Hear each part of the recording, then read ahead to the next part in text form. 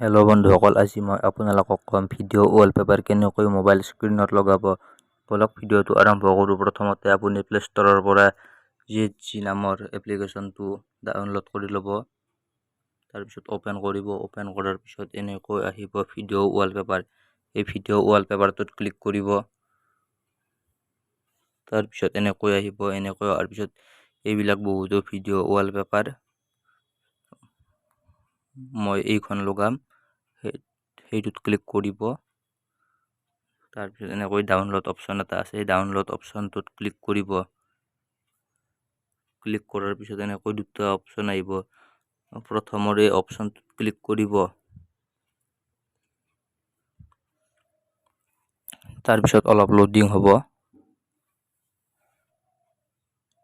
সেইটোত ক্লিক কৰাৰ পিছত এনেকৈ এপ্লাই বুলি আহিব। এপ্লাইটোত ক্লিক কৰিব। এপ্লাইটোত ক্লিক কৰাৰ পিছত হিট হোম স্ক্ৰীণ, সেইটোত ক্লিক কৰিব। তাৰপিছত মোৰ এইটো এপ্লাই হৈ গৈছে। তাৰপিছত বেক যাব।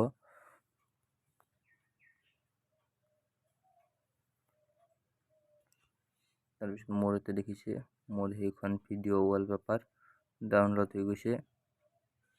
আজিৰ ভিডিঅ'টো এইখিনিয়ে আছিল। যদি এই ভিডিঅ'টো ভাল লাগিলে লাইক কৰিব, কমেণ্ট কৰিব আৰু ছাবস্ক্ৰাইব কৰিবলৈ নাপাহৰিব।